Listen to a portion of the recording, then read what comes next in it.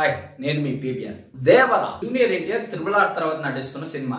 ఈ సినిమాపై హోప్స్ అయితే హై లెవెల్లో ఉన్నాయి. కొరటాల శివ డైరెక్టర్ కాబట్టి హైప్ ని అందుకునే దిశగా ముందుకు వెళ్తాడని అందరికీ గట్టి నమ్మకం ఉంది. కాకపోతే మనకు వస్తున్న ఫీడ్బ్యాక్ ప్రకారం ఇప్పటికి దేవరాలో సాంగ్స్ విషయానికి వస్తే ఎన్టీఆర్ మూవీస్ అంటే ఫ్యాన్స్ ఎన్టీఆర్ డాన్స్ కోసం చూస్తారు. కానీ దేవరాలో ఆ అదృష్టం చాలా చాలా తక్కువనే చెప్పాలి.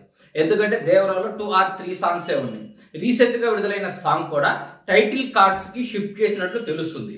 ఇక మరో మెయిన్ ఇంపార్టెంట్ విషయం ఏంటంటే ఈ మధ్య కాలంలో వస్తున్న మూవీస్ లో అంటే బిగ్ స్టార్స్ మూవీస్ లో మూవీ లెంత్ అనేది చాలా సమస్య అవుతుంది. రీసెంట్ గా వచ్చిన సరిపోదా శనివారం ఆల్మోస్ట్ 2 hours 50 minutes అబౌవ్ ఉంది.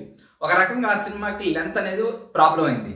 అదే విధంగా దేవరా సినిమాకి కూడా టోటల్ ఫస్ట్ పార్ట్ అవుట్పుట్ 3 గంటల 10 నిమిషాలు వచ్చినట్లు తెలుస్తుంది. సినిమా స్టార్ట్ అయిన తర్వాత స్టోరీ పెద్దగా ఉండటం, దాన్ని ఒక పార్ట్ లో చెప్పలేమంటంతో దాన్ని 2 parts గా డివైడ్ చేశారు. 2 parts గా చేసినా గానీ మొదటి part time length almost 3 hours above వచ్చింది.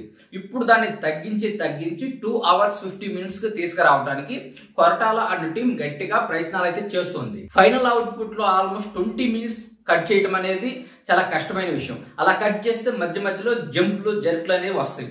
మరి కొరటాల టీం దీంట్లో ఎంత సక్సెస్ అవుతుందో చూడాలి. 2 hours 50 minutes అబో 3 hours కానీ లెంత్ ఉంటే మాత్రం ఖచ్చితంగా సినిమాకి కొంచెం మైనస్ అయ్యే అవకాశం అయితే ఉంది. ఎందుకంటే audience skipping screen play every 10 minutes కి ఒక యాక్షన్ మూవ్మెంట్, ఒక సాంగ్ ఎలిమెంట్స్ లాంటివి ఉంటేనే థియేటర్ లో కూర్చోగలుగుతున్నారు. ఏ మాత్రం ఒక 5 to 10 minutes కొంచెం బోరింగ్ అనేది ఇచ్చినా వెంటనే మొబైల్స్ లోకి వెళ్ళిపోతున్నారు. సో వాళ్ళని ఆపి సినిమా మీద మళ్లించడం అనేది దర్శకుడికి చాలా కత్తి మీద సామే. ఆ ప్లేస్ లో ఎన్టీఆర్ ఉండొచ్చు, మెగాస్టార్ ఉండవచ్చు, ప్రభాస్ ఉండవచ్చు, ఎవరైనా ఉండొచ్చు. కానీ సినిమాలో బోరింగ్ పార్ట్ వస్తే మాత్రం ఆడియన్స్ నిర్దాక్షిణంగా పక్కకి వెళ్ళిపోతున్నారు. ఫైనల్ గా చెప్పుకుంటే దేవరా సినిమాలో 2 మైనస్లు అయితే కనిపిస్తున్నాయి.